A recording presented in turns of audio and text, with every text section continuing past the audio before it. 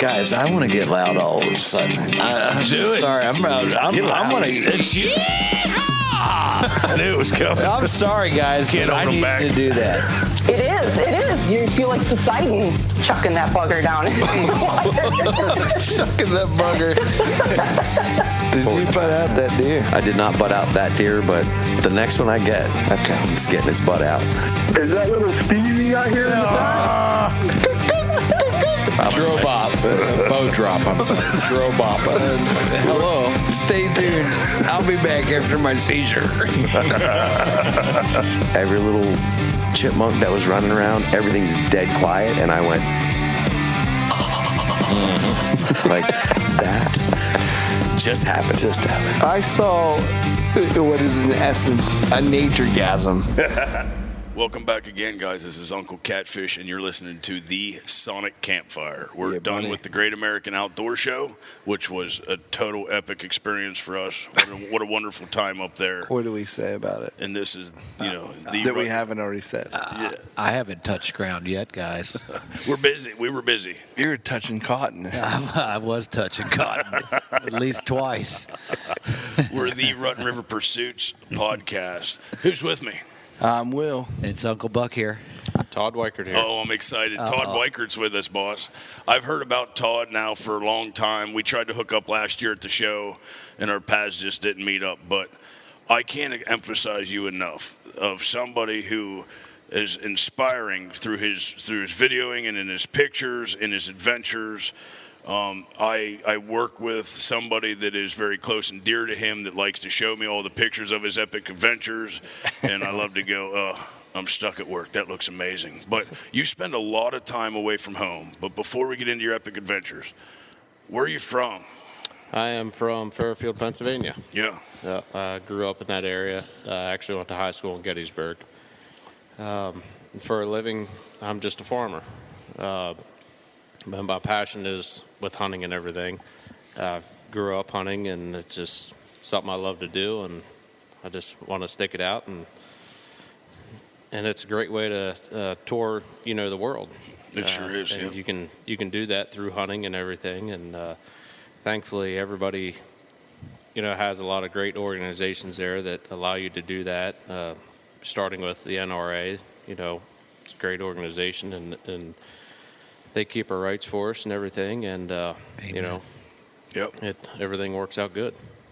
Yeah. Like, and Todd's one of these guys. We like to call it a soft shell. I like to hunt, he says. I like to hunt.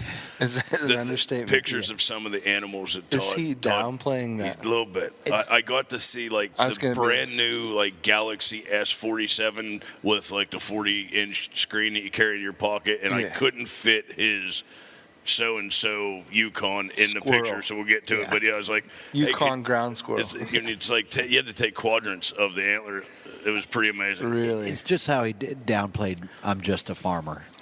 Don't downplay that. But you know what? For what you do. You feed America, farmers do. Yep. I love that about It's not Todd. easy work. It doesn't have to be all glamorous. It's just what it is, and you love it for doing it for that. Yep. Yeah. So You're one of our boys. yeah, you're one of our boys, Blue. You're my boy. Let's start off I don't even want to get into this year. Tell me some of the background. You get to go hunt out west for whitetails. Yep. Some of the whitetails that you've been able to, blessed to go out and hunt, have been just nothing short of phenomenal. Where do you guys normally typically go for whitetail hunting out west? Yeah, I tell you, been pretty fortunate on the whitetail hunting end. Met a great guy a few years ago, but we've had a partnership now for a while. Actually, my dad introduced me to him. He's a gentleman that we do a little bit of business with, and he's got a farm out there that we grew up as a friendship, and we go out there and hunt every year. It's in Kansas. Kansas. And we do everything on our own, and always been pretty successful out there. Absolutely. I'm looking at his Instagram right now, and you're on Facebook as well, aren't you? Yes. Yep. Yep. And I've looked at a lot of these photos before. A couple times. I'm going to look right now again, but some of the Some of the whitetails that you've been blessed to take have been nothing short of phenomenal. Oh, man. Like nice.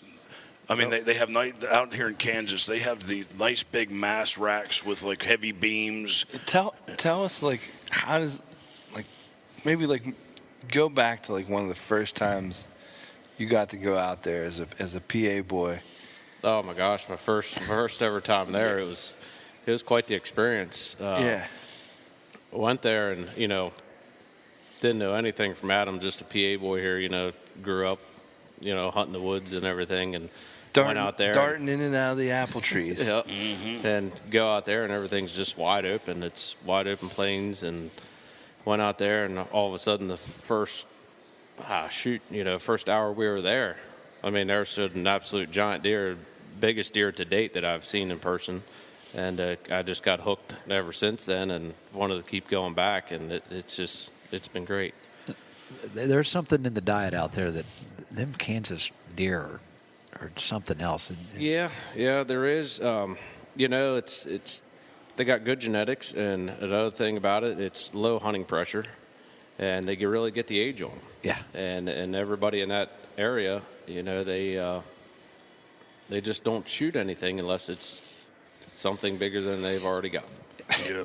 And bigger than And I think bigger that's, than an 8-point. Todd said it exactly that way too. 5 on one side. When we're hunting in Pennsylvania, if you see a nice 8-point, it's really hard, itchy not to take an 8-point. Oh. It might be one of the only 8 telling points you me. see during the season. Whereas if you hunt out west, those guys, I think seeing 8 points are pretty typical on a Thursday night. So it's I got a buck nicer than that before, and it's hard to do here in Pennsylvania, mountain hunting. It's really tough to go every year going, I'm going to wait for a bigger buck. I'm going to wait for a bigger buck, especially if, you're a meat eater, meat hunter. Yep. Absolutely. But I think that we can learn a lot from that thought process of, let that little 8-point run, especially if you've killed a lot of bucks. That's what I mean. If you killed a lot of bucks in your lifetime, then I like haven't that killed thought enough process. yet.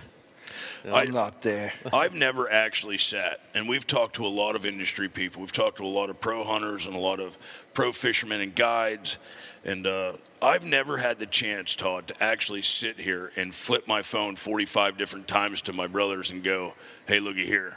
But You're not like that anyway. no, Not that you- but I will with Todd, because not only do you have some amazing pictures, but, dude, you're great with photography, man. Your pictures are epic. Yep. And that sometimes can tell the story. I mean, this tells a Those story. are lifelong memories. And Where is this picture here from with you in the mountains? That's in Yukon territory. That is in the Yukon. Was that this year? Yes. What happened on that hunt? I was there. Actually, I went with my brother-in-law came along to video the whole adventure, and I was up there hunting the Alaskan Yukon moose. Yeah. Oh, wow. Yep. So, what set us up on that hunt? You get into town, I'm sure it's a plane ride or two. Yeah, it's a couple plane rides. Yeah. It sure is. I've hunted in Alaska, and it's more than one plane ride. Yep. But we got all settled into Whitehorse, and actually we couldn't fly out of Whitehorse because of the weather, so we had to wait a little bit. And but no big deal. We lost a day of hunting, but that's part of the North. That's part of the North, It's yeah. just part of it.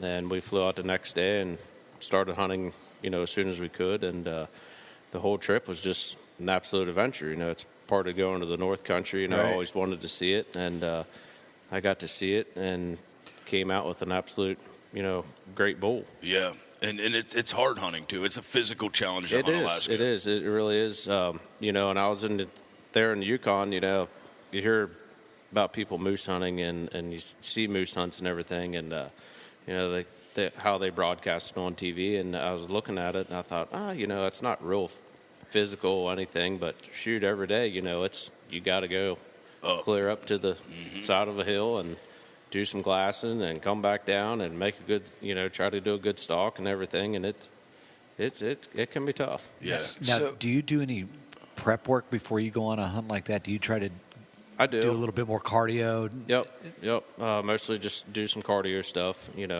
try the best I can. I don't always have the time for Right. it. I lack of, Well, most all farm boys are strong. I was just going to say, I was just going to say, not that you need Todd- any working a farm. I mean, Yeah. But so what was the bull like that you took up there? Because that's what I was talking about earlier. It doesn't when you look at the pictures, I know that all the time pictures doesn't all do anything justice when you have your hands on that bull, that majestic moment. But I will say the pictures don't fit on my phone. I can't get that picture does some justice. Well, but I can't even imagine what it was like in real life. Yeah, he's a good bull, and actually the day before that we made a stock on a bull, and my guide, he actually climbed a tree and started calling, and you could just hear this bull. He's coming, he's grunting, he's just, and you can hear him, hitting his horns and everything, and he's coming and coming, and I got on him. The cameraman, my brother-in-law, he couldn't quite get on him. Then I was on him, and he was on him, and it was, we're kind of fighting back and forth, and that bull got away.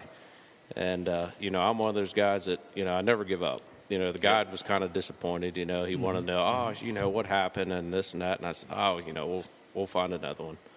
And we went, weather set in, and we kind of got down to dumps. It's raining and everything else. And we had to move camps, and the boat's about out of fuel. And we're going up the river, and all of a sudden we look over, and here stands this bull.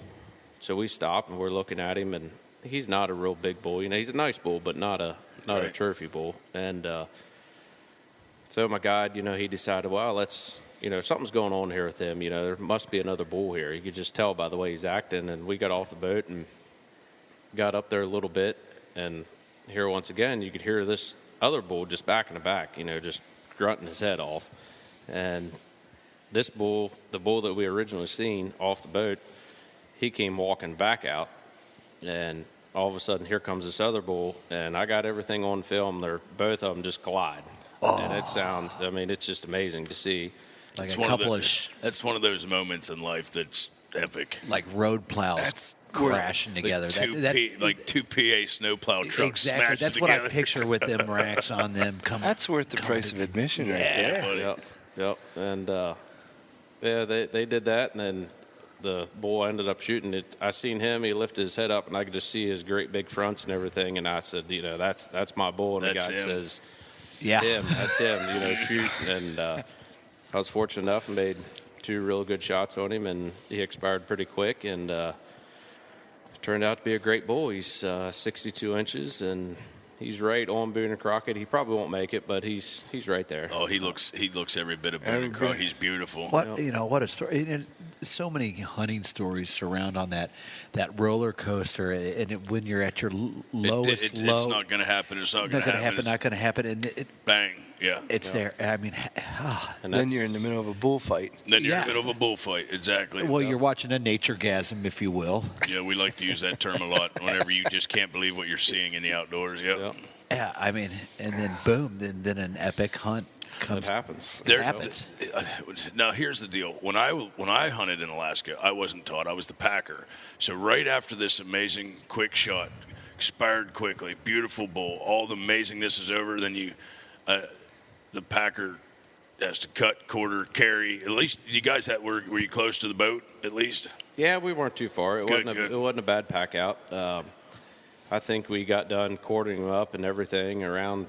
It was about 1 o'clock in the morning, I guess. Yep. And we made our tents and everything. And of course, we were fine dining that night. Absolutely. And, yep. Got High up on the next morning and finished everything up and got him back to the boat and got everything taken care of. That was this year. Yes. So Yep, that was in September. A dream hunt for anybody, once in a lifetime, Yukon bull moose hunt. Right. But that wasn't your year.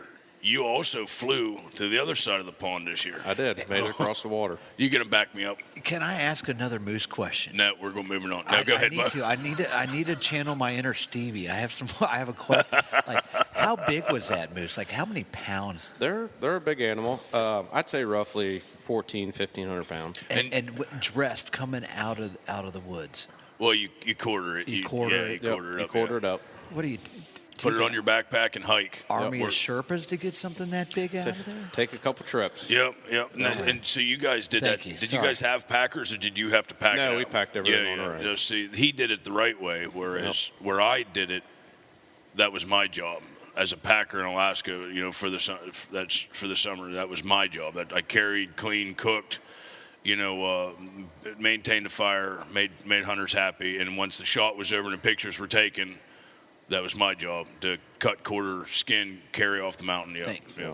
Thanks for indulging me, guys, being a kind of a new If hunter, you're doing it especially like- at a big game. If you're doing it like Todd, like it can be a long week of hunting and hard, and you're already tired. And then when you knock an animal down, if you're going to do that with your friends and bring it out yourself, that can be probably, to me, the most challenging part of the week. Yep. But you're on a high. But it's fun. Yeah. It's Yeah. fun. It's part of the adventure. It is, You yeah. know, it's part of the fun. That's Can't awesome. imagine. Thank you, guys. Thanks. So, like you said, that could easily make anybody's year, Make my life. make your life. Yeah. But you Where- did something else that year? He did something that not many hunters get to do. What We've happened? talked about this before. What? And In my book, it's shoot a buck. of all the hunters that I actually know, I don't really know anybody else that has gone and done this. This journey for you this year had to have been, is that a one-time in a lifetime hunt? Yes, it is. Yeah. Yep. Yeah. Where did you go? I went to Tajikistan, Which is, Bless you. yeah, that's what I was going to say. Where? and it's bordered by Afghanistan Yeah. and Okay. China. All right. Yep. Went over there and hunted Marco Polo sheep. Amazing. Do you do that in a pool? Marco Polo. Oh, No, Different It's thing. funny because Sorry. I thought the same thing when I did it. But these are the biggest classified rams of their. It's the biggest sheep, is it not? Well, yeah, they are. It's one of the big ones. Mongolia has the high Altar Gali, which is Yeah. the god of all sheep. okay. Yeah.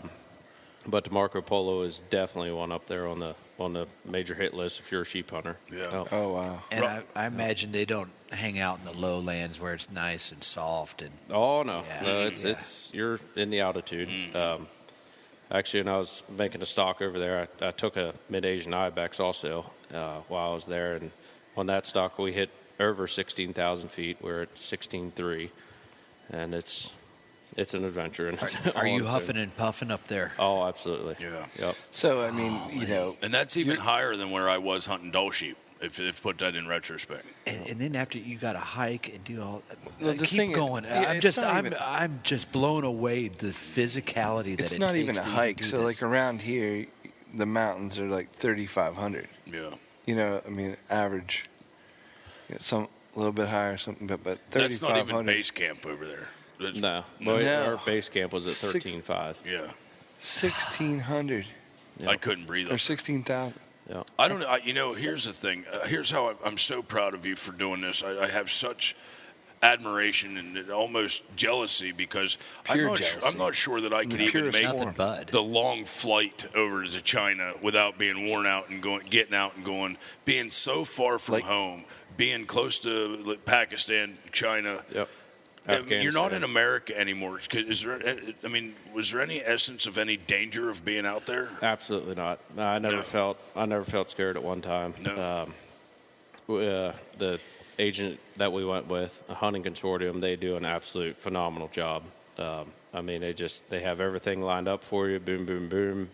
I mean, we landed in Turkey, stayed there. Next day, flew out to Dushanbe in Tajikistan, and it was just, I mean, they had everything just lined up perfect. That's good to hear. I trust like no one. Like it's not. Well, that's why I said it because it's Yeah. tough. It's just it's really a very uncomfortable even notion. Well, and I'm built But like to have a place like that, a facility, people that care for you to get you through this whole, get you to your dreams. Yep. a good guide outfitter that Absolutely. walked you through everything. Yep. Yeah. Yep. I don't trust anybody. We've had a podcast before, Todd. I've told people that when we went to Honduras sport fishing this year, it wasn't safe and it didn't go well and it was really bad. And with all the planning that we did, how much planning I could have planned it better. Mm-hmm. How much planning does it take to go hunt a Marco Polo? It takes some planning. It's kind of more of you want to do it you're physically and mentally yourself. You're the one that wants to do it. And once you kind of get over that, the planning side, you hook up with good people, like the hunting consortium, and they make your dreams come true. They're the ones that really work hard. They're the ones that have done it, been there, and they work with you and make everything happen. And I don't know if I can bring this up, but your father loves to hunt. Yes. Yes. Yep. And you guys actually work with some organizations where you can find some of these hunts to go on too. Yep. Do you want to mention any of that stuff? Yep. We're lifetime members of SCI, and also lifetime members of the Wild Sheep Foundation. Right. And Great organization. They're great organizations. They put on absolute phenomenal shows. Everything's great. And that's where that's where the lady that I work with tells me all the time that where do you go for that convention? Because she said you've gone to that convention a few times. Yep, SCI is in Vegas. Actually, I think they're switching it this coming year to Reno. The Wild Sheep Foundation, their show is in Reno. Gotcha. Yep, and they just do a great job, and I support them 100%. And now is sheep all that you can? Is sheep the only thing that they deal with? Because you've been on world class hunts before on other species of animals. Yep. They have. I mean, everything under the sun. Everything's there. Yeah. They just do a really good job on their shows. Tell me more about your ibex that you got out there. I mean, was that a special add-on, or was that just totally surprised that you guys ran into some and was? It's a combo hunt. Look, I mean, there's. Most people don't believe this, but there's literally thousands and thousands of animals over there. Really? I mean, just thousands of them. I mean, you'll see herds of sheep that, there'll be 100 in a herd. The ibex, it's the same way. Actually, me and myself as a hunter, everybody gets excited, and I missed a really, really good ibex. Oh, I would have missed like 3 of them. But, that happens. That's my middle name. Miss. Not a suffix either. Yeah, but I was able to come back and get a really good one. Yep. What did you enjoy most about that hunt, other than let's take the fact that you harvested 2 of the most amazing animals on the planet, and take the trip itself. Did anything else stand out to you that was just this made my trip? Outside of seeing sheep on the mountain, I love seeing sheep on the mountain. Yeah. It's just one thing I absolutely love to see. But the culture, I mean, just how different everything works. The way the people are very, very nice, very clean people. Just the whole atmosphere itself. I mean, just take it all in. Were they inviting to you? Yes, very inviting. That's good to hear. That's amazing. Yep. Now, are you so far close to China? Are you like staying in yurts out there in the field? Are they like the Mongolians? Or no, we actually there's a very nice lodge there that they built. Okay. Yep. Very nice lodge. Yep. I'd say probably the worst part about the trip was the car ride in. I wanted to do it just to say I did it. It was a 12-hour ride, and it was rough. It was a long trip. Yep. Yeah. Covered 100 miles? Wow, I don't know how many miles, but it was a long way. It was a bumpy road, I'm sure. I was just going to say, if there was even a road. What did countryside look like? Very mountainous. Just everything's just super steep and lots of vegetation. Any trees? Down low. Yeah. Once you get over that, I'm going to say 11,000 feet mark. It's rocks. It's rocks. Crusty. That's a lot. Alaska was a lot like that. Once we got to a certain point hunting doe sheep, there maybe was a 3-foot pine tree here and there, and that poked out of a rock somewhere. But it was just slate rocks. Take 1 step forward, 2 steps back type of deal. Yep. Yeah. Beautiful country. Don't get me wrong. This is like there's Paula not a lot Abdul. up there. Huh? Just like Paula Abdul. Yeah. I was actually thinking that. That's why I said it exactly. Todd, dude, I can ask you questions for days. I want to hear more about these hunts. How about your best gray squirrel? My best gray squirrel. Oh, I'm sure he can take us back. I was probably one off my grandfather's feeder when I was about 8 years old. Boone and Crockett, gray squirrel. Boone and Crockett squirrel tail. Was this also in the It had an Yukon? inch and a half head. That was skull in on British it. Columbia. So you got a goat in British Columbia. Yep. Yeah. And this is a nice one too, boss. This is Yeah, he's a pretty good Billy. Yep. Yeah. Yep. He's over that magical 10-inch mark, and these are also Are sheep your favorite? I would say sheep. Yes. Yeah. Yep. I would almost say that this is probably. I mean, people classify Dall sheep as one of the hardest hunts in the world, but I think this to me was tougher. Goats are tough. Yeah, That's this it. was. Yep. They're That so was- amazing that's so amazing. And nowadays with modern day rifle scopes, in modern day rifles, I want to say it makes it any easier. But man, you really had to know what you were doing back in the day when you were shooting high elevation to low elevation, real steep inclines at long yardages. Because when you shoot, if you miss, you don't get many more chances. No, you don't. Yeah. And then, in that hunt there, we did 3 climbs after a goat, and it finally happened. Yeah. And it was beautiful. But while we're talking here, guys, because I want to ask Todd a lot more questions, but jump on his Facebook. Can I do that? Yes, Jump on absolutely. his Facebook page, and it's Todd with 2 D's, and it's Weikert, Weikert. While you're listening to this, jump on his Facebook page and hit photos, public photos, and look at some of his pictures. I mean, there's the whitetails, and I'm not even going to get into turkey hunting because I love turkey hunting. We could talk about turkey hunting all day, but you got some beautiful turkeys on here. They can I ask you about where I see it? Can I ask you about this story? That was one of my dad's dream hunts. Was it really? Yep. That's Mr. Bear. Is that Mr. P Bear? It's Mr. Yes, White Bear. Yeah, yeah, Mr. Yep. Polar Bear. This is, I would say that's every bit as majestic as going over to China. I mean, this is Yep. ridiculous. I don't know. I can't say that I'm a professional in classifying the size of bears by pictures, but this thing looks enormous. It looks like a monster. He's a good bear. Yeah, he's an older bear, and he's got a good skull on him, and he's definitely a great bear. And in this picture, is this Dad? Yep. Is he really? That's Pops. Yep. I think half the battle on one of those trips is finding like an all white suit. An all white suit. Yeah. He's got it.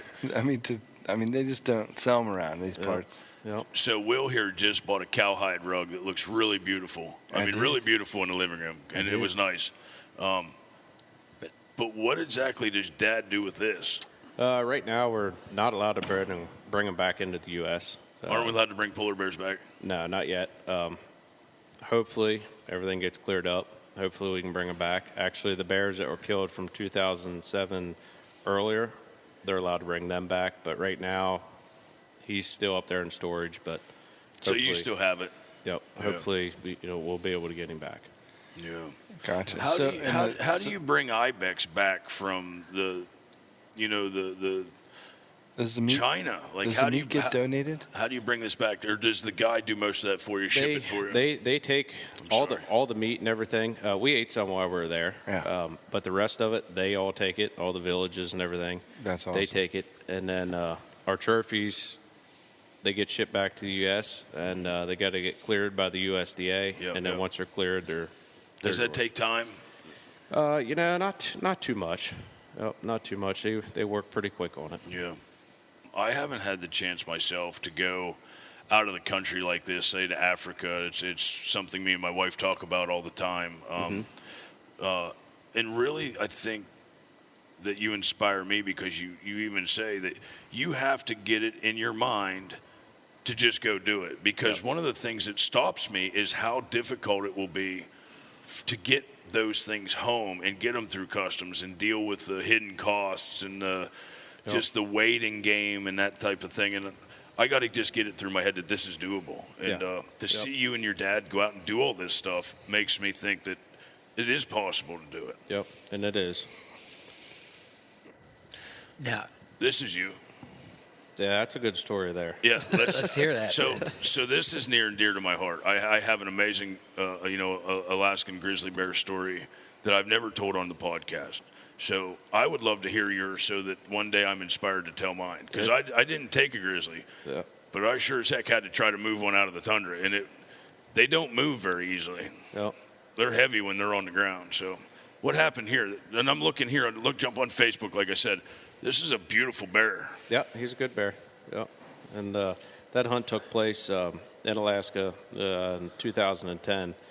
And we hunted them on snowmobiles in the spring. Mm-hmm. And I hunted with another guy, and he was from Minnesota. And he was able to take his bear. And once he did, my guide, he says, well, let's backtrack him to the den, and, you guys can check that den out and everything. It'd be really cool. I said, yeah. I said, why not, and so we hop on the snow machines again, and we're riding across, following the tracks and everything, and we get to one little spot where the tracks are blowed in, from the snow, and we lose the tracks. Well, all of a sudden, the guide's pointing, he picks them back up, and so we go up there, and then he's pointing on the side of the mountain, right there's his den, and so we stop the snowmobiles, and I'm coming up on the lower side of the den, and the guide, he's coming across from, which would be like the west, and I'm coming up with my video camera, and I get right there to its den, and I'm looking at it, and I said, yeah, this is where we just took the bear out of, he came out of this den, and I kind of want to show everybody, and all of a sudden I heard something. Like, what's that? I look down in the den, I hear it again, and then all of a sudden I hear this bear, just chopping. And, got his lips smacking. Yep. And I'm like, okay. So I just started backing out, and it's about that time, this bear just woof. He comes out, his mouth is open, and I go falling down the hill. Just rolling down the hill. My guide's sitting up there. He pulls his sidearm out, and he's just going, "Whoa, bear! Whoa, bear! Whoa, bear!" Bear goes back down the den, and we left him go for that evening. We left him go. We came back the next morning and picked his tracks up, and the outfitter, then he was there along for that trip, and he said, this is going to be a good bear. He's got a good track, and let's go get him. And I'd had to go back down to camp and change my britches, though, after that point. I will say that, Todd. To be perfectly honest. When they're smacking their lips like that, they don't like you none. That's what I've been told. And to be that close, to hear that noise, nobody gets that. That's why I brought Todd on, man, because he's been there, done that. And knowing that you're not the apex predator out there. Yeah. Oh boy, Todd, yeah. I had experience that it's a penny compared to your silver dollar. No, it's on par. It's like the same. I had a bear across my tree stand this year. I'd say, he wasn't big, but he wasn't small, about 200-pound black bear, but it was enough to get me breathing hard, thinking, and realize first time I ever felt I wasn't alpha out there. Yep. So I could only imagine a big old white polar bear or a grizzly bear smacking his lips at you. Yep. And holy cow. Yep. That's your heart. God dang, yeah. Todd, some of these adventures, man, are just... Now, I can't stop looking at your Facebook page and is this Texas? That is Texas. That's a beautiful Texas 8-point. Yep. Chocolate horns. Yeah, a little bit. They're darker. Oh yeah. Yeah, but Texas 8-point. It was classic Texas. Tall boy. Yep. Can I ask another? I heard a rumor. Correct me if I'm wrong. A walrus? Walrus hunt was in the rumors of. That's one of them, maybe. Okay. Yep. Down the road. Down the road. Then that leads me to another follow-up question. Then, what is a guy like you, who's hunted what you've hunted already at your age? I didn't even show you any of his pictures yet. What's on the bucket list for you, bud? What like? And I'm going to say minus the walrus. What's on your bucket list? He's got a lot of bucket left in him. Yeah. He's younger than I all know, of us. but I really he's filled up a Noah's Ark of species. Oh, it's such an amazing story. The biggest thing I want to get accomplished right now is I'd like to get my Grand Slam of sheep. Okay. What do you have left? Actually, I have all three. I've killed a doll, but I still need a stone and a desert and a bighorn yet. Okay. I've got my desert bighorn or my stone sheep. I got it booked. I'm going there in 2020. Okay. In British Columbia, and that's going to kick it off. I keep putting in for points to draw a tag for a bighorn in Wyoming. And that takes time. It does. Yeah, Yep. And a desert bighorn, one of these times I'll come across something and I'll just get myself to do it. That's the biggest thing. Sure. I wish you the best of luck because it'd be epic to hear those stories. Yep. Anything else other than sheep? Yeah, well, about everything and anything, I guess. But actually, this coming year, during November, it's going to be a 16-day hunt. I'm going to Spain. And then in 2019, I'll be going to Greenland. And what are we hunting in Spain? Yeah. Spain, we're going to hunt red deer, mouflon sheep, and 2 ibex. And in Greenland? Muskox and caribou. You're going on a muskox hunt? Yep. Oh, man. Yep. Oh, man. Todd doesn't know it yet, but I'm going to hide in his carry-on. Oh, he knows it. He knows it now. He's very aware. Yeah. I wasn't. Now, I correct me if I'm wrong. I believe in the Yukon we have muskox, but a little bit further north. Yeah, I was not far enough north at all to ever see one, but I hear stories, and that once again, that's pushing it. What? Close to 2,000 pound, 1,800 pound. They're not real big. They look a lot bigger than what they are. Well, maybe that's why I'm thinking it, because they're so hairy, they look so big. Yep. But they're a cool animal. 50% of the guys in this room have been north of the Arctic Circle. Yeah. Well, actually, Todd would know better than most on like the size of big animals like a muskox, because you guys know a little bit about the cattle industry. Yes. So you've been quite a bit around, big bulls and what the weight of some of these big bulls. Yep. Does that help you judge things like muskox, buffalo, things like that? Absolutely. Every day you're around animals, it helps. Yep. Because I know one of the things that's really tough for guys to do that I talk to is they tell me that judging a black bear when it's by itself, if you don't have, like, say, the bait, the 55-gallon drum, if it's just by itself, they can be hard to judge if you've never hunted black bears before, the size. Yep. I've heard more stories than not going, I wish I'd have took the bear the first night because it was much bigger than anything I saw the rest of the week, and they didn't realize how big it was. But I can't imagine that doesn't give you a leg up whenever you're just around the cattle. So being around cattle definitely helps. I mean, they're big too, and a lot of these animals that you're fortunate enough to be able to get out there and hunt, they're also big. Yeah. And would you be interested ever going down south and doing like a crossbow alligator hunt? One of these days. Yeah. Yep. Once I get through some of these tougher hunts. Well, that's why I want to go, because I want to ride around on the airboat and get me an alligator with a crossbow, because it sounds fun to me. It's much easier to get out than to pull out a. You're fortunate to be able to get these mountain huts taken care of while you're a young man. I think. Do that while you're young. Yep. And the biggest thing is, like I tell everybody, they say, "Oh man, that's really nice. You're be able to do that and this and that." And I just tell them all, anybody can do it. Just put your mind to it, and Amen. Save up and book your hunts out, a couple years in advance. The outfitters will work with you, and if you really want to do it, you can do it. Do you got a stingray? No, I don't have a stingray. We know a guy. You want one? Absolutely. We know a guy. I'd like to have one. I'll get you one I need one for the trophy room this summer. That'll work. Yeah, we can put you with our boys. Yep. But they are fun. That's a lot of fun. That's a good camaraderie. It's almost like a duck blind on the boat. Like you just sitting around talking and nothing's happening, nothing happens, and all I'm of a part sudden. of the Stingray Consortium. There you go. Is that what we call it nowadays? Yeah, I know it.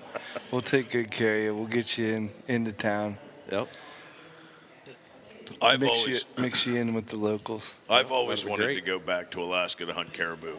Yep. Caribou have haunted me. I've been in the North Country a couple times now, and just never been able to connect on one. So. Yeah.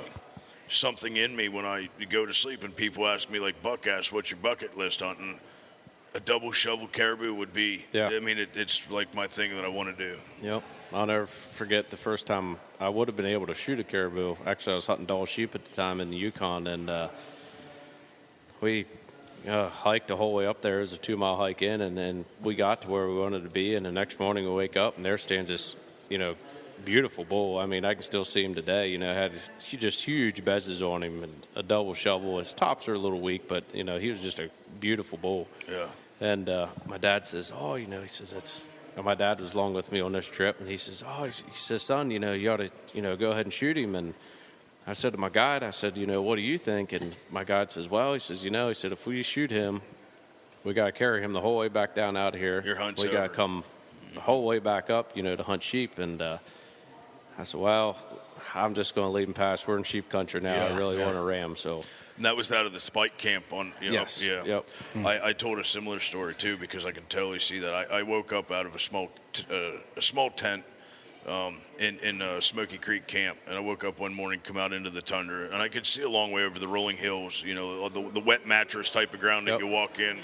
That stuff that you sink 6 inches in, and yeah, your legs get strong quick, or you fall behind. And it was the same thing. I woke up. I opened the tent and I popped out, and there they were. There must have been 40 or 50 caribou out on these rolling hills and just were passing through, and nobody else was awake yet.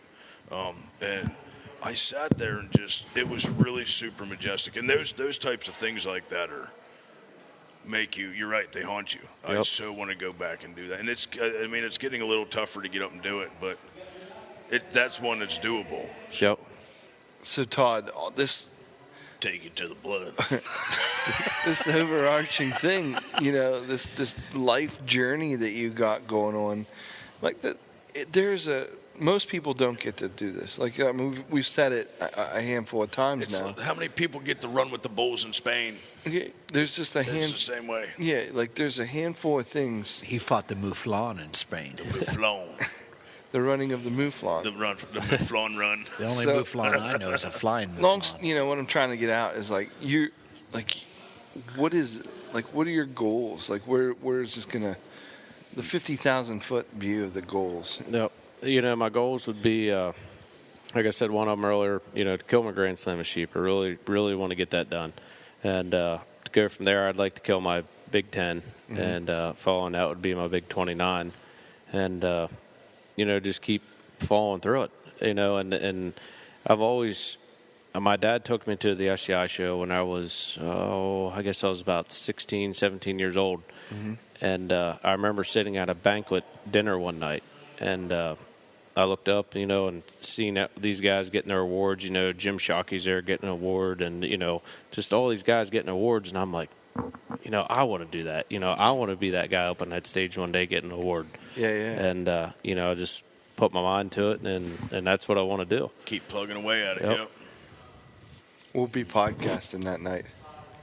When Todd gets his award, Yeah, from SCI. we get to cover that, absolutely. Yep. But and what I can say to other people, is, join these good memberships. There's a lot of good organizations out there. Like the Ovis and SCI and and Wild Sheep. They all fight for our rights to hunt, and just don't take hunting for granted. Be thankful for it, and join these great organizations. Amen, brother. Amen. Absolutely. Yeah, because without a lot of we wouldn't have what we have. No, absolutely not. We wouldn't have what we have. And it's not just the National Rifle Association or the NWTF. There's so many organizations out there that may specialize just in sheep or whatever, but we wouldn't have it today without them. It'd already be gone. Yep. Yeah. No, Todd's right. Just don't go hunting. Don't just go hunting and take it for granted. He's absolutely right. I agree 100%. Join just one. Just support even one. If you can only do one. Yep. Just join one. It all helps. Yes, it does. Yep. Absolutely. All right, boss. Well, we're wrapping up on time. Todd, I already said on Facebook, but let's reiterate. Where can people find you at? You can follow me on Facebook or on Instagram. I'm on there under Todd Weikert, and also we have being a good friend of ours, we have a little Facebook page. It's called Solo Cam Whitetails. Yep. You can check us out on there, and hopefully that's where we put all of our adventures on. Okay. That's where we broadcast all of our hunts, and I have a lot of good video from this past year. I haven't got everything edited yet, but we'll release it and share to everyone. No, it sounds I'm amazing. looking forward to that, bud. From Rutten River Pursuits, I want to take a moment and thank Dad, thank Mr. Weikert, and thank Miss Weikert, Mrs. Weikert. Absolutely. Not only for putting up with me, but Dad for introducing me and introducing getting me going. Yeah, absolutely, man. Because Yep. I'm the same way. Without my dad, without your dad, it wouldn't work. So I never got to meet him, but congratulations. You seem like an amazing sportsman, an awesome hunter. I appreciate it. Yeah, buddy. Thank you. Thanks for coming on. Yep. Thanks, Thank Todd. you guys. Thanks for putting Appreciate up with me. your time. Appreciate it. Where can everybody find us? You can find us at www.ruttenriverpursuits.com. You can find us on Instagram at Rutten River Pursuits. You can find our new YouTube page, even though it's climbing very, very steadily. It's fairly new, but please go check it out. And that's Rutten River Pursuits podcast. Yeah. And follow us individually. I mean, there's a lot of stuff out there that you can't find on Rutten River Pursuits unless you go on Instagram and at Uncle Buck or at Darkwater737, whatever the case may be. And make sure you take some good pictures like Todd does. His photography's awesome. And hashtag 2D Taxidermy on Instagram. That way you can get maybe on the cover of our website of Picture of the Week. All right. Todd, thank you very much. Get you some. I really appreciate it, man. Thank you. Peace.